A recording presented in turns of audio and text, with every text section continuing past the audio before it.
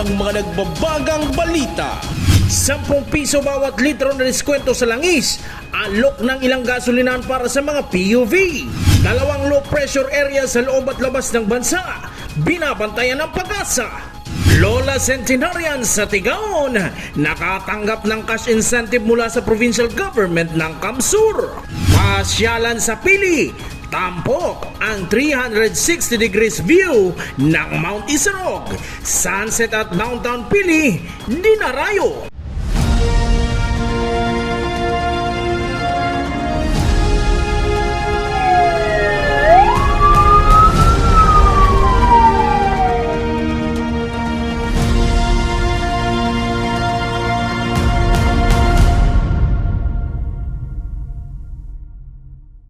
Magandang gabi. Narito ang mga maiinit na balita sa Camarines Sur. Imbes na magbago, hindi tinigilan at ngayoy balik kulungan ang isang drug suspect sa Naga City matapos ang drug buy-bust operation sa kanya. 200,000 pesos na halaga ng shabu, nasamsam. Si Jan Amador sa detalye. Bago ang operasyon, masusing plinano ng mga otoridad ang isang operasyon laban sa 30 anyos na drug personality sa Barangay Concepcion Pequeña sa Naga City. Gabi nitong Lunes, Mayo 11. Ang target ng operasyon, mag-iisang taon nang nakalaya sa parehong kaso. Imbis na magbago, muling bumalik sa paggawa ng iligal ang sospek. Sarot na pong masabing matayompong operations ang ginibuta ka subanggi na kung saan iko kitang nadakok na sarong drug personalities na taga dyan sa Concepcion Pequeña, Naga City. Karong 30 anyos na may ago, pedicab driver na sa haloy ni pong monitoring sa iya dahil previously dati naman siyang naimbento atong mga inot na bulan na kung saan matayong pumansi naging operation sa iya. So mga naanot ng mga station commander digdi. Sa backtracking ng pulisya June 4 nitong nagdaang taon nang mahuli sa parehong kaso ang sospek. Ayon sa PNP, nagtutulungan ang komunidad at lokal na opisyal na mapigilan ang mga iligal na gawain sa lugar. Sa tabang kang sa tuyang barangay council, asin si Barangay Kapitan Mendoza, kung saan minomonitor mi po, pinadagos mi sa tuyang monitoring hanggang sa abot sa punto na naging matayan po kasumanggian sa tuyang operation. Nagkapirabis po kaming nakuanan sa totoo lang sa iya. And kasumanggi na ikasata itong operations na kung saan nakakuha po kita sa iya ni almost estimated weight na abot sa 30 grams na kung saan sa per grams is 6,800 ang DDB value. Kaya aabot po sa 204,000 ang estimated amount po gani. Sabihan ni kayan, pag abot sa court, kung talagang na-dismiss ang kaso o padagos ang nakakulong, but sa part ng pulis po, pag nakaluwas po yan, and padagos po isang namomonitor me na imbelto na ulit sa illegal drugs, and padagos man po ang pagtaong impormasyon sa tuya, ang mga katungan niya to sa barangay, and still day one po nagpapabayan sa tuyang kapulisan kayan. Ipapadagos ang pag-validate, pag-imbestiga o ano pa man. And pag talagang napatunayan na padagos man sa iyang pag-imbelto sa illegal drugs is talagang day one po napupunduhan niyan kang polisiya. Dati na po nadakop na nakaluwas, but still nirereklamo pa rin siya, and na-validate siya. Madagos man po sa iya ang pulis na pagdakop sa iya. Balik kulungan ang sospek at muling kaharapin ang kasong paglabag sa Comprehensive Dangerous Drugs Act. Jan Amador, CSN. Patuloy na bumababa ang presyo ng langis mula nang ipatupad ang sunod-sunod na taas presyo sa mga produktong petrolyo. Sa kabila niyan, tuloy pa rin ang alok na 10 pesos per liter na diskwento para sa mga public utility vehicle. Si Jem Garcia sa detalye. Ilang gasolinahan sa Camarines Sur ang nagpapatupad na ng 10 pesos per liters fuel subsidy discount na hatid ng pamahalaan matapos inilunsad nitong nakaraang buwan. Tulad na lamang ng gasolinahang ito sa Kadlanpili kung saan 10 pesos per liter na discount ang maaaring ma-avail ng isang tsuper sa kanyang pinapasadang unit. Isa sa mga nakapag-avail na ng nasabing diskwento para sa mga public utility vehicle drivers ay ang matagal ng jeepney driver na si June. Ayon sa kanya, na napakalaking tulong umano nito dahil medyo malaki-laki na rin ang naiuuwi nila sa kanilang pamilya kumpara nitong nakaraan na halos walang tigil ang pagtaas ng presyo ng krudo. Para sa ko, okay na po yan na 10 pesos na gaya. Dakulang bagay na po yan sa mga driver. Medyo nakaluwag-luwag naman kami ngunyan. Bagong araw kan si dati. Alanggaw na po kaya ngunyan na luwag-luwag naman kami. Okay naman ang pagbabiyahe mo.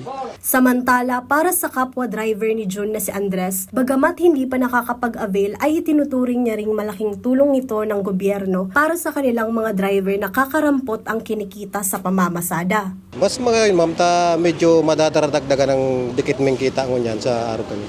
Sa mahal kang krudo ngunyan. Ayon sa Department of Energy, ang kwalipikadong PUV drivers ay makakapag-avail ng diskwento na hanggang 150 liters sa kada linggo. Katumbas ito ng 1,500 na weekly subsidy para sa mga PUV driver. Isa ang programang ito sa tugon ng gobyerno para sa mga driver na apektado ng taas presyo sa produktong petrolyo dulot ng krisis sa Middle East. Jam Garcia, CSN. Sa ikalawang pagkakataon, muling na-impeach si Vice President Sara Duterte. Ngayong na-impeach na si Duterte, nasa Senado na ang bola para desisyonan kung guilty o hindi ang bise. Ang pulso ng publiko. Alamin sa ulat ni Regine Bue. Mainit na pinag-uusapan ngayon sa buong bansa ang impeachment kay Vice President Sara Duterte matapos aprubahan ng House of Representatives ang mga artikulo ng impeachment laban sa kanya. Sa botong 257 ng pabor, 25 ang hindi pabor at 9 ang nag-abstain. Formal nang inaangat sa Senado ang kaso para sa formal na paglilitis sa Vice Presidente na kauna-unahang Philippine official na na-impeach ng 2 beses. Kabilang sa mga isyong ibinabato laban sa pangalawang Pangulo ang umano'y kaduda-dudang paggamit ng pondo ng bayan at iba pang paratang na may kaugnayan sa betrayal of public trust. Itinanggi naman ito ng kampo ni Duterte. Kaugnay nito, pinulsuhan natin ang sentimiento ng publiko kung pabor ba sila o hindi pabor sa impeachment ni Vice President Sara Duterte. At ito ang kanilang mga saloobin. Pabor tayo, siyempre. Ay di ba nabalita na talagang may mga ginawang mga anomalya at sadyan sa DepEd, yun. Ako hindi. Bakit, sir? Maraming adik. Hindi, kasi syempre, alam mo naman si, ano ba? Si impeachment ni Sara. Ayoko kasi, pangit kasi administrasyon ngayon, lahat sa presidente, daming kurap eh. Lalo na pagkakinuha niya, sino pa lalaban doon, di ba? Sa ngayon kasi, wala naman kasi tayo maayos sa lalo na sa mga nanunungkulan, kaya mas gusto ko Sara kaysa sa mga nanunungkulan ng presidente, di ba? Pero bakit, sir, ang gusto mo kay Sara? Syempre, kasi, lubukas kasi ang mga kuhan, wala yung mga mayayabang na mga kuhan, wala yung mga abusado kagaya ng mga abusado dati, may mga Pabor, kami ng pabor. Ma-impeach na yan, Sara na yan. Para mawara na sa posisyon mga Duterte. Nagralaya sila dito sa Pilipinas, duman sila sa China. Pwedeng pabor. Hindi ko man po kaya na ang kaya. Ang siyempre, igawang piglalaban kayang siyempre, igwasang na ning kwarta. Ito man aram kung totoo o hindi. Kung totoo, pwede siyang mahali. Kung hindi, pwede siyang magbalik. Iba-iba man ang panig ng mga nakausap natin, makikitang malaki ang epekto ng nasabing issue sa opinyon ng publiko. Ang ilan ay pabor sa impeachment dahil ayon sa kanila, mahalagang managot ang mga opisyal na nasasangkot sa anumang isyong may kinalaman sa pondo ng bayan. Para sa kanila, dapat daw malinaw na masagot ang mga paratang at dumaan ito sa tamang proseso. May mga nagsabi rin na kung walang katotohanan ng mga akusasyon, mas mabuting harapin ito sa paglilitis upang malinawan ng publiko. Pero may mga hindi rin pabor sa impeachment. Ayon sa kanila, nagtitiwala pa rin sila kay Duterte at naniniwalang kaya pa nitong makatulong sa bansa. Sa ngayon, hindi pa tapos ang proseso dahil dadaan pa ito sa Senado para sa impeachment trial. Kinakailangan ng 2/3 vote mula sa mga senador upang mapatunayang guilty at matanggal sa pwesto ang pangalawang Pangulo. Samantala, paglilinaw namin, ang mga nakausap ay ilan lamang sa mga residente ng Naga City at hindi kumakatawan sa buong populasyon ng lungsod. Gayunman, ipinapakita lamang nito na malaki ang interes ng publiko sa mga isyong may kinalaman sa pamamahala at pananagutan ng mga pinuno ng bansa. Sa huli, mananatiling mahalaga ang boses at pananaw ng mamamayan sa mga usaping may malaking epekto sa bansa. Regine Bue, CSN.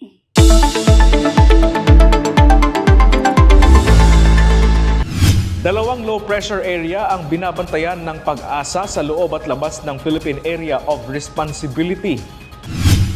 Ayon sa Pag-asa, mula tropical depression ay humina bilang low pressure area ang Bagyong Kaloy na nasa loob ng bansa. Huli ang namataan sa silangan ng Katarman, Northern Samar. Ang isa pang LPA na nasa labas naman ng bansa ay huling namataan sa silangan ng Northeastern Mindanao. Ayon sa Weather Bureau, mababa ang tsansa ng dalawang LPA na maging bagyo sa loob ng 24 oras. 3 barangay sa bayan ng Minalaba, Camarines Sur ang makakatanggap ng pondo para sa Retooled Community Support Program mula sa DILG. Si John Amador sa detalye.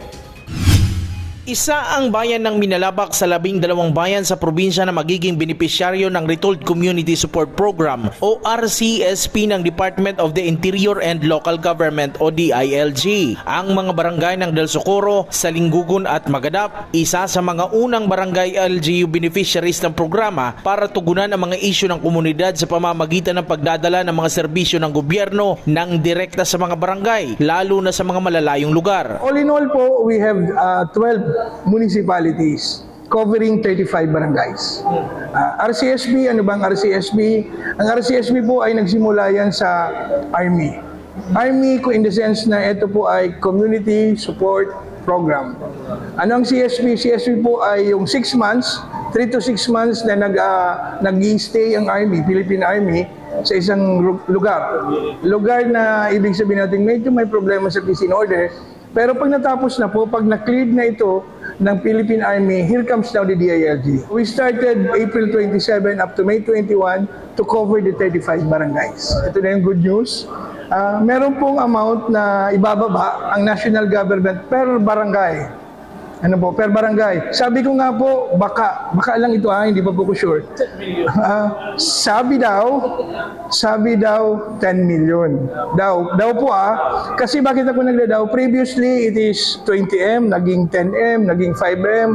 Pero sabi daw, ngayon ay 10M. Kasama ang ilang ahensya ng gobyerno, ilinatag ng DILG Kamsur ang isang dialogo para makapagbigay ng government projects at pagtitiyak ng sustainable development sa mga napiling lugar. Bahagi ng RCSP ang pagbibigay ng grant o pondo na gagamitin sa proyekto na komunidad ng barangay ang magdidesisyon kung ano ang kanilang pangunahing kailangang proyekto. Ito man ay infrastruktura tulad ng kalsada, patubig o anumang pangangailangan sa komunidad. Nagpapasalamat naman ang DILG Kamsur sa buong suporta ng provincial government ng Kamsur sa pangunguna ni Regional Peace and Order Council Chairman at Governor El Rey Villaperte habang isinasagawa nila ang RCSP sa probinsya. And ang kagandahan po, ang barangay mismo, hindi po si Kapitan, hindi ang council, kundi yung community ang mag-identify ng ano ba ang projects. Ipipresent po nung 3 barangays yung mga priority projects nila.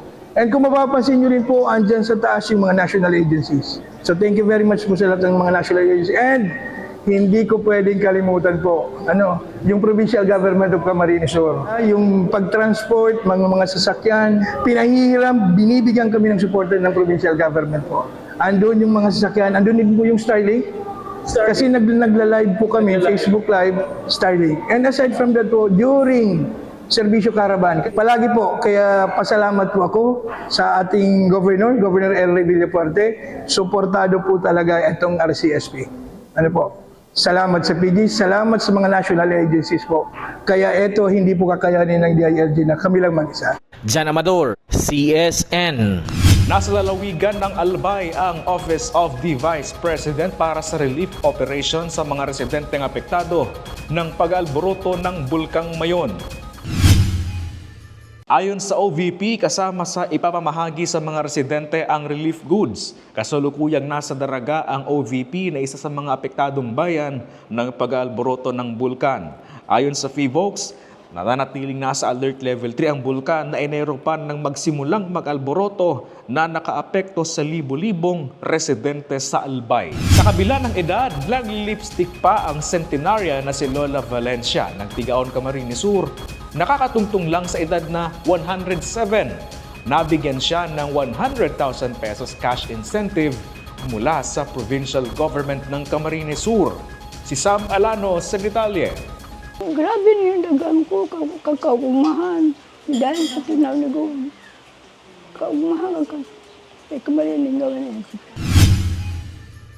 Hindi maitago ng centenarian na si Nanay Concepcion Valencia ang kanyang saya at tuwa sa natanggap niyang regalo mula sa provincial government ng Camarines Sur sa kanyang kaarawan. Isang espesyal na pagkilala ang pinagkaloob ng probinsya sa pamumuno ni Governor El Rey Villafuerte, nakakatungtong lang ng kanyang ika-107th birthday. Personal na hinatid ng pamahalaan ng panlalawigan ng Camarines Sur sa tahanan ni Lola Valencia sa Barangay San Francisco, Tigaon, Camarines Sur ang cash incentive na nagkakahalaga ng 100,000 bilang bahagi ng programa ng pamahalaan para sa mga centenarian sa lalawigan. Ayon sa provincial government, layunin ng programa na mabigyang pagkilala ang mahabang taon ng pamumuhay ng mga senior citizen at maipadama sa kanila ang pagpapahalaga ng pamahalaan. Ayon sa anak ni Lola Valencia, sa kabila ng edad nito, nananatiling umano itong masayahin at inspirasyon sa kanilang komunidad. Noong kabataan umano ni Lola Valencia ay masusustansya at preskong pagkain ng kanyang kinakain tulad ng gulay at prutas na sekreto sa kanyang mahabang buhay.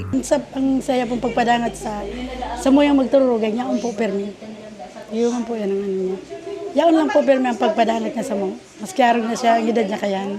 Permi yung giramdom niya kami.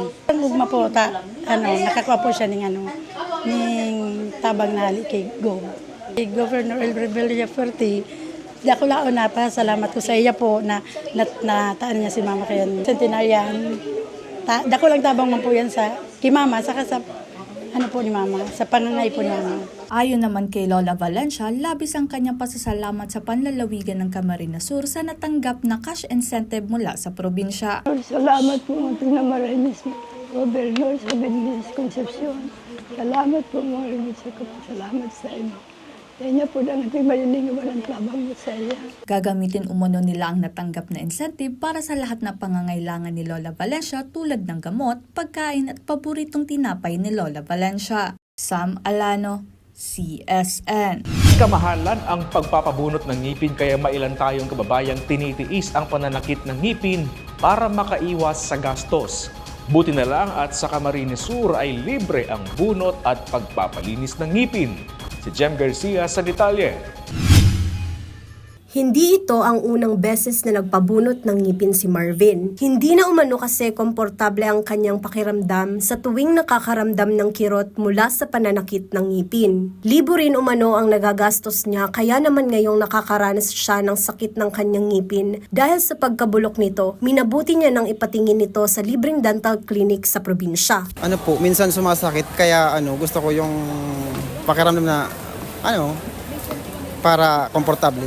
Ngunit dahil sa init ng panahon ay nakaranas umano siya ng high blood pressure na isa sa mga factor kung saan hindi agad sila pwedeng mabunutan ng ngipin. Ayon sa health expert mula sa PHO Camsur, maaari itong magdulot ng labis na pagdurugo. Kasi madugo yun. Dudugoon siya kaya ito.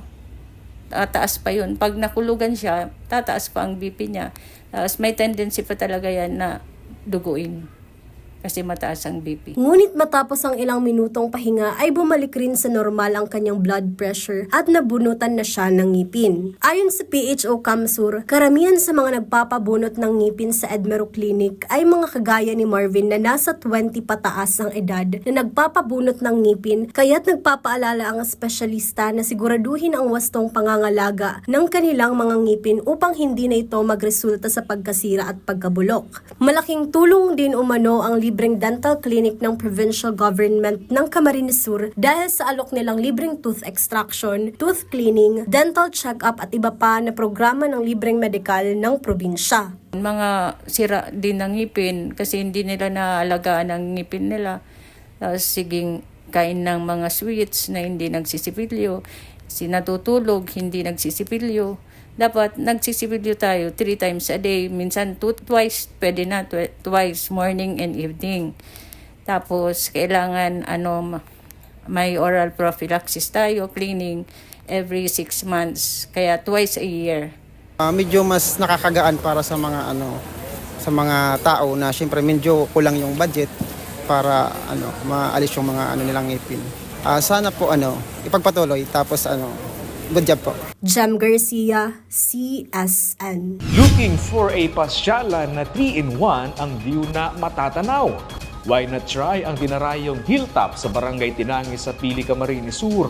Natanaw ang Mount Isarog, sunset at mga ilaw sa downtown Pili.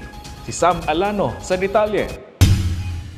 Scenic view ng Mount Isarog, sunset at downtown Pili, yan ang 360 view sa dinarayo ngayong pasyalan sa Barangay Tinangi sa bayan ng Pili, ang hilltop. Bukod sa magandang view, marami rin ang naiengganyo dahil sa relaxing atmosphere, DIY hilltop crafts at mga food stall na matatagpuan sa paligid. Ayon kay Danny, simpleng curiosity lamang umano nila ito nakita sa social media na nauwi sa aktual na pagbisita para sa overlooking view ng bayan ng Pili, lalo na ang makita ang Mount Isarog. Dagdag niya pa na dahil sa malamig na simoy ng hangin at tahimik na kapaligiran, bagay yung muna ito para sa pahinga at bonding nilang pamilya. Actually, nahiling ko lang ini sa Facebook. And then, na-curious lang ako dahil siyempre taga-Kamso.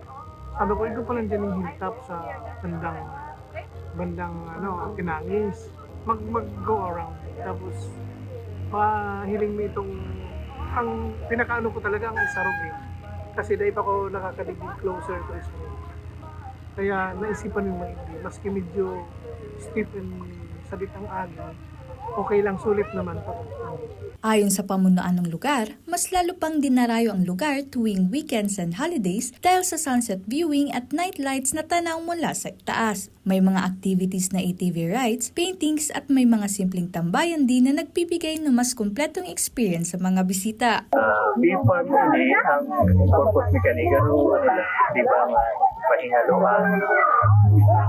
Tapos one time kaya ang ako amin nagturog kami di nakatent lang kasi nakatent.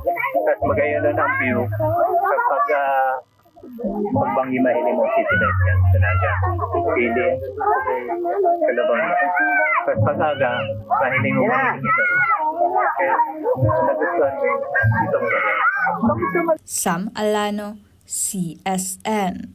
Yan ang mga may init na balita ngayong araw sa Camarines Sur. Kami ang Camsur News. Ako po si Chris Novello. Diyos mabalos sa pagtitiwala.